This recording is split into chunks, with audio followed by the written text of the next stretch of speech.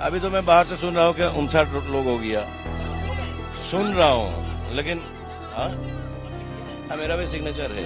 more than 2/3 একেবারে শিন্ডে মডেলে ভেঙে চুরে চুরমার হয়ে গেল তৃণমূল। ইতিমধ্যে যে খবর এসে পৌঁছচ্ছে যে বিক্ষুব্ধ যে বিধায়করা ছিলেন তারা ঋতব্রত বন্দ্যোপাধ্যায়কে বিরোধী দলনেতা হিসেবে মনোনীত করেছেন এবং এখন অবধি যে খবর এসে পৌঁছচ্ছে তারা স্পিকারকে একটি চিঠি দিয়েছেন, যে চিঠিতে যে তারা পরিষ্কার করেছেন যে বিরোধী দলনেতা হিসেবে তারা চাইছেন এই ঋতব্রত বন্দ্যোপাধ্যায়কে। ঋতব্রত বন্দ্যোপাধ্যায়ের যে ডেপুটি হতে চলেছেন তিনি হতে চলেছেন শিউলি সাহা এবং ইতিমধ্যে 58 জন বিধায়ক তাতে সই করেছেন। তার আগে তারা একটি বৈঠক করেছেন, বৈঠকে মিনিটস রেজুলিউশন হয়েছে এবং এরপর তারা কিন্তু চিঠি করেছেন স্পিকারকে। ফলে কার্যত পরিষ্কার হয়ে গেল যে এক মাস শেষ হতে না হতেই কার্যত তাসের ঘরের মতো ভেঙে পড়ছে তৃণমূল। এবং আমরা দেখেছি গতকাল যে রানী রাসমণি অ্যাভিনিউতে সরব হয়েছিলেন প্রাক্তন মুখ্যমন্ত্রী মমতা বন্দ্যোপাধ্যায়, তার যে বিধায়ক দলের বৈঠক, সেই বৈঠকে কিন্তু বা সেই বলা ভালো যে বিধায়কদের নিয়ে যে আন্দোলন, সেই আন্দোলনে কিন্তু এই বিক্ষুব্ধ বিধায়কদের দেখা যায়নি। তার আগে যে ঘটনা ঘটেছে এ প্রসঙ্গে বলবো যে আমরা দেখেছিলাম যে সইজাল বিতর্কে রীতিমতো বিক্ষুব্ধ হয়েছিলেন দুই বিধায়ক, সন্দীপন সাহা এন্টালের বিধায়ক, অন্যদিকে উলুবেড়িয়া বিধায়ক বলে ঋতব্রত বন্দ্যোপাধ্যায়। তারা কিন্তু স্পিকারকে চিঠি দিয়ে জানিয়েছিলেন যে তাদের সই নয় এবং সেটা তাদের সই নয়। এক্ষেত্রে কে হবে বিরোধী দলনেতা তার একটা আবেদন তার একটা চিঠি জমা পড়ে, অভিষেক বন্দ্যোপাধ্যায়ের সই করা চিঠি।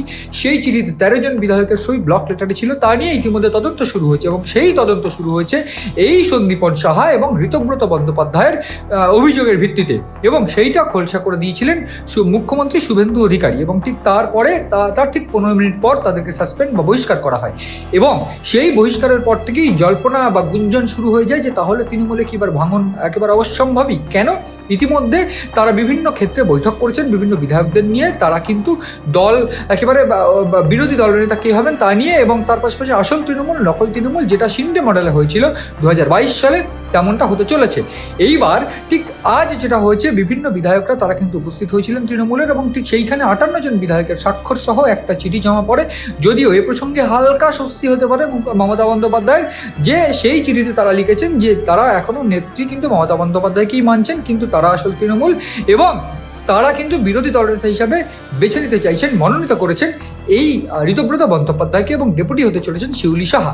এইবার যেটা ঘটনা যে এই গোটা ঘটনায় ঠিক 2-1 দিনের মধ্যেই তার সিদ্ধান্ত জানাবেন স্পিকার এবং এই গোটা ঘটনায় যে প্রশ্নটা উঠছে যে তাহলে কি একেবারে ঠিক 1 মাস হতে না হতেই অপ্রাসঙ্গিক বাংলার রাজনীতিতে কার্যত অপ্রাসঙ্গিক হয়ে পড়লেন প্রাক্তন মুখ্যমন্ত্রী মমতা বন্দ্যোপাধ্যায় এবং এই যে দলটি সেই দলটি কিন্তু তাসের ঘরের মতন কার্যত ভেঙে পড়লো। অর্থাৎ 58, আমি 58ই বলবো, তার কারণ 60 বলবো না, কারণ দুজনকে আগে থেকেই বহিষ্কার করে দেওয়া হয়েছে, ফলে তারা আর কোনো বিধায়কই নয়।